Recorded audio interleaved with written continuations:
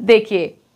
अगर ये साथ में रहेंगे, मैंने बहुत बार ये बात कहते हुए सुने हैं कि अगर हम पति पत्नी को साथ में रहने के लिए ज़बरदस्ती परिवार ने कहा या जज साहब ने कहा या ऐसी परिस्थितियाँ आ गई कि उनको ज़बरदस्ती साथ रहना पड़ गया, तो वो ज़रूर एक दूसरे का सिर फोड़ डालेंगे, एक दूसरे का कत्ल कर देंगे, मरने मारने पर उतारू हो जाएंगे।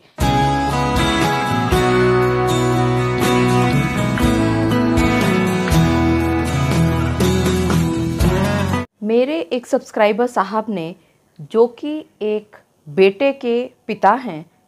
और उनका बेटा और उनकी पत्नी उनके साथ ही रहते हैं, उन्होंने ये लिखा है कमेंट करके कि वो अपने बेटे और बहू के रोज़ रोज़ के झगड़े कलह से बहुत ज़्यादा परेशान हैं और अब वो अपने बेटे की तरफ से तलाक का केस दायर करना चाहते हैं। तो क्या उनकी तरफ से तलाक का केस दायर किया जा सकता है? इसी तरह से मुझे याद आया कि बहुत पहले एक बार मैंने पढ़ा था कि एक लड़की की मदर ने भी इसी तरह से लिखा था कि उनकी बेटी बहुत परेशान है और वो जिस तरह से तिल तिल करके मर रही हैं, तो वो चाहती हैं कि उनकी बेटी जल्दी से जल्दी तलाक ले ले, लेकिन बेटी डर के मारे कोर्ट में नहीं जाना चाहती। तो क्या वो अब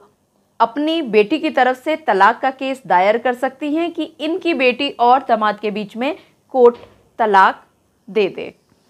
जी हाँ, आप सभी ने बिल्कुल ठीक समझा। इस तरह की परिस्थितियां अक्सर आप सभी के साथ भी होती होंगी। अगर आप लड़का हैं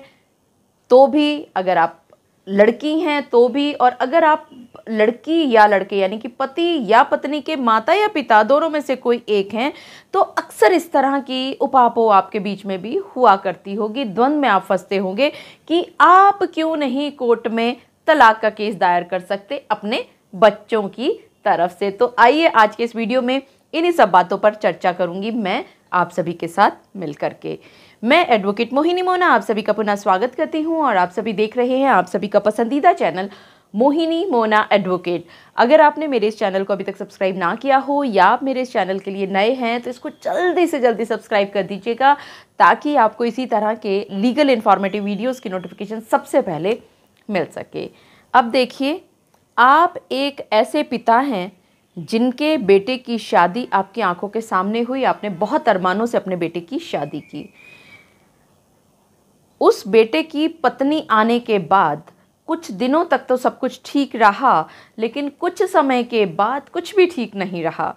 आपको नहीं समझ में आ रहा कि किस बात पर, किस तरह से इन लोगों के बीच में आपस में कलह शुरू हो जाती है, मार पिटाई शुरू हो जाती है।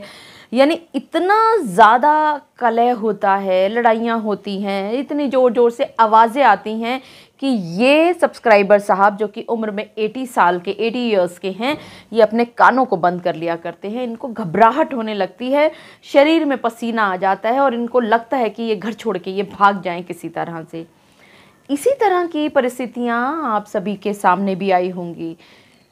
अगर आपकी बेटी है और आपकी बेटी की शादी हो चुकी है, वो जाकर के ससुराल में कुछ झगड़ों के बीच में है और जब वो आकर के अपने मायके में बताती है, तो इसी तरह की स्थिति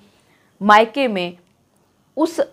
बच्ची के माता और पिता के साथ होती है। उनको नहीं समझ में आया करता कि क्या करें, कैसे करें, और एक ही चीज़ जो उनको लोगों को सताती है, कॉमन है, चाहे वो बेटे का माता पिता है या बेटी का माता पिता है, उनकी एक ही कॉमन चीज़ होती है कि अब इनके बीच में तलाक हो जाना चाहिए, क्योंकि ये रोज़ रोज़ के झगड़े, ये जो कलह है, ये जो एक घबराहट का, एक दहशत का, एक डर का माहौल पैदा हो गया है, ये तब तक नहीं ख़त्म हो पाएगा जब तक इन दोनों के बीच में तलाक नहीं हो जाता।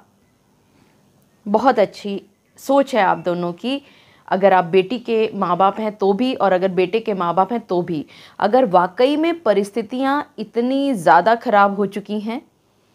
कि दोनों ही लोगों के बीच में अब साथ रहने की कोई गुंजाइश नज़र नहीं आती, बल्कि ये नज़र आता है कि अगर ये लोग साथ रहेंगे, ये पति और पत्नी, तो ज़रूर कुछ और ख़राब होने वाला है। इन दोनों की ज़िंदगियाँ तो बर्बाद होगी ही होगी, इनके माताजी पिताजी की भी ज़िंदगियाँ ख़राब होगी। क्योंकि आपने सुना है ना कि हम भारतीय समाज में रहते हैं और भारतीय समाज में कभी भी दो लोगों की, यानी कि बेटा और बेटी की शादी नहीं हुआ करती, बल्कि शादी हुआ करती है दो परिवारों की, सुना है ना आप सभी ने। तो अगर इस परिवार में कुछ भी ठीक नहीं रहता तो दोनों परिवारों पर बहुत ज़्यादा कहर आन पड़ता है और यही समझ में नहीं आता कि किस तरह से आगे चीज़ चले। तो आपके मन में एक ही विचार बहुत उत्तम आता है कि अगर ये साथ में रहेंगे, मैंने बहुत बार ये बात कहते हुए सुने हैं कि अगर हम पति पत्नी को साथ में रहने के लिए ज़बरदस्ती परिवार ने कहा या जज साहब ने कहा या ऐसी परिस्थितियाँ आ गई कि उनको ज़बरदस्ती साथ रहना पड़ गया, तो वो ज़रूर एक दूसरे का सिर फोड़ डालेंगे, एक दूसरे का कत्ल कर देंगे, मरने मारने पर उतारू हो जाएंगे। अब ऐसी परिस्थितियाँ बन चुकी हैं तो उनके बीच में तलाक होना तो ज़रूरी है, क्योंकि अगर इतनी सड़ी हुई शादी में, इतनी मृत शादी में ये दोनों बच्चे रहेंगे तो वाकई में कुछ ना कुछ खराब होगा, सत्यानाश हो जाएगा इस विवाह के बंधन का। तो ऐसी परिस्थिति में तो फिर भी ठीक है, लेकिन कभी कभी छोटी छोटी बातों में सिर्फ ईगो क्लैशेस होते हैं, सिर्फ अहम की लड़ाई होती है, सिर्फ जिद की लड़ाई होती है, मैं ऊपर मैं सही, जो मैंने किया वही सही, जो तुमने किया वो गलत। अगर इस तरह की लड़ाइयाँ होती हैं तो अक्सर हम मीडिएशन के थ्रू उनको समझाया करते हैं कि अभी तलाक लेने का समय नहीं आया है, आप दोनों को अभी बैठ कर के विचार करना होगा, जो चीज़ें जहाँ ख़राब हो गई उनको ठीक कर लो और शादी अच्छी तरह से चला लो। चलो ये तो हो गई दूसरी बात। हमारा मुख्य प्रश्न ये था कि एक ऐसे बेटे का पिता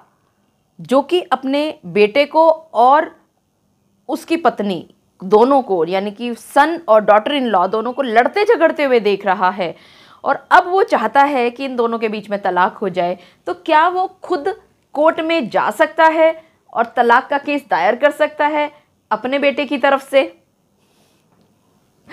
देखिए, हम सभी हिंदू लोग हिंदू विवाह अधिनियम के तहत बंधे हुए हैं और हिंदू विवाह अधिनियम में तलाक की परिभाषा या तलाक के विषय में जहां पर बताया गया है, उन सभी की सभी डेफिनेशंस में एक बात बहुत क्लियरली लिखी है कि अगर उन दोनों के बीच में कुछ अच्छा नहीं चल रहा है तो लड़के के पास भी पूरा हक है कि वो कोर्ट में केस एक तरफ से डाल दे और इधर से लड़की के पास भी पूरा हक है उसके पास कि वो अपने पति के खिलाफ तलाक का केस दायर कर दे। और उसके अलग अलग ग्राउंड्स दिए गए हैं जिनको विस्तार से मैंने बहुत बार आपको कई सारी वीडियोस में बताया है, मेरी पुरानी वीडियोस सुनिएगा। तो अगर उन सभी ग्राउंड के हिसाब से अगर तलाक का केस डाला जाना है तो आपने ज़रूर ध्यान दिया होगा कि हमारा हिंदू विवाह अधिनियम साफ साफ ये बात कहता है कि या तो पति फाइल कर सकता है डिवोर्स का केस यानी तलाक का केस, और उधर पत्नी भी डिवोर्स का केस यानी कि तलाक का केस दायर कर सकती है। लेकिन किन्हीं विशेष परिस्थितियों में उनके रिश्तेदार, उनके माता पिता, उनके भाई बहन भी तलाक का केस दायर कर सकते हैं। लेकिन ये कब होगा, ये बहुत ट्रिकी है, ये बहुत ही पेच है इसमें कि अगर ये जो सब्सक्राइबर हैं जो कि अपने बेटे के पिताजी हैं, ये अपनी मनमर्जी से, अपने हिसाब से, अपने नाम से, मान लेते हैं इनका नाम जेड है, तो जेड अपने बेटे ए के लिए केस नहीं दायर कर सकता। अगर वो केस दायर होगा तो वो बेटे की तरफ से ही होगा,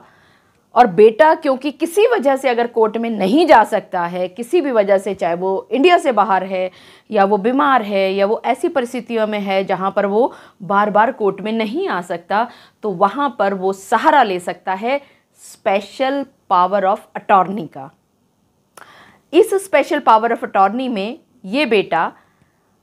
इस केस को फाइल करने का, इस केस में उपस्थित होने का, इस केस में एविडेंस लीड करने का, इस केस में वकालतनामा साइन करने का, या अगर अपील में जाना है या कहीं भी किसी रिवीजन में जाना है, उन सभी चीज़ों का और एफिडेविट्स को साइन, टेंडर इत्यादि करने का ये हक दे देता है अपने पिताजी को। और इस हालत में पिताजी कहलाए जाएंगे स्पेशल पावर ऑफ अटॉर्नी, क्योंकि ये जो बेटा है इसने अपने सारे हक नहीं ट्रांसफ़र किए हैं अपने पिताजी को, बल्कि सिर्फ इस केस से संबंधित जितनी भी फैक्ट्स होंगे या जितनी भी एक्शंस होंगे, जो भी लाइन ऑफ एक्शंस होंगी, उन सभी को करने का अपने पिताजी को हक दिया है सिर्फ एक चीज़ का, और वो है कोर्ट में केस दायर और उसको लड़ने का। तो ये एक स्पेशल पावर ऑफ अटॉर्नी है, जनरल पावर ऑफ अटॉर्नी नहीं है। ऐसी स्थिति में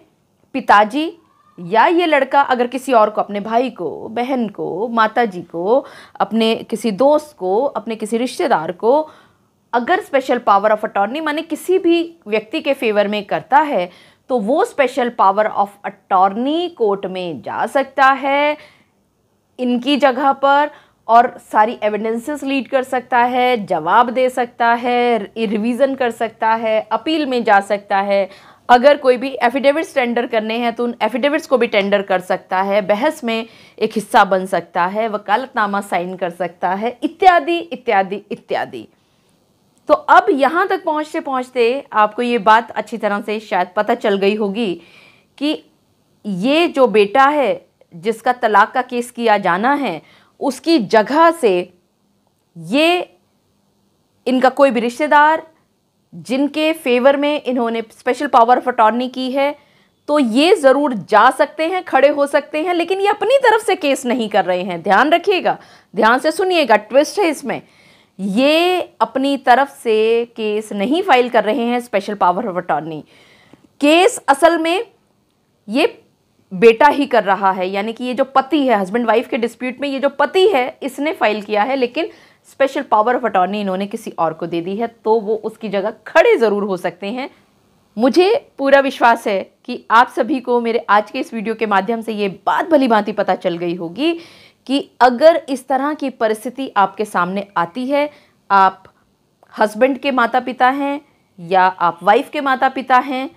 तो आप अपनी तरफ से, अपनी मनमर्जी से, अपने हिसाब से कोई भी तलाक का केस इन लोगों की तरफ से फाइल किसी भी हालत में नहीं कर सकते हैं। अगर तलाक का केस दायर होना है तो या तो इन हस्बैंड की तरफ से होगा या इन वाइफ की तरफ से होगा, लेकिन अगर इन दोनों में से किसी को भी या दोनों को ही, मान लेते हैं दोनों के दोनों इंडिया से बाहर है, एक इंग्लैंड में बैठा हुआ है, एक अमेरिका में बैठा हुआ है, तो और उन दोनों को कोर्ट में तलाक का केस दायर करना है, इनके माता पिता दोनों के ही इंडिया में रहते हैं और इंडिया में ही तलाक का केस दायर करना है, तो यहाँ पर हो सकता है, क्योंकि लास्ट रिजाइडेड टुगेदर वो लोग यहीं पर थे, तो यहाँ अपने इलाके के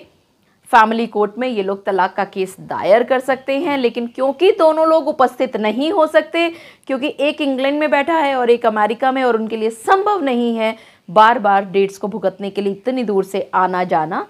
तो ऐसी स्थिति में ये स्पेशल पावर ऑफ अटॉर्नी नियुक्त कर सकते हैं अपने परिवार में से किसी को भी, और वो लोग इनकी तरफ से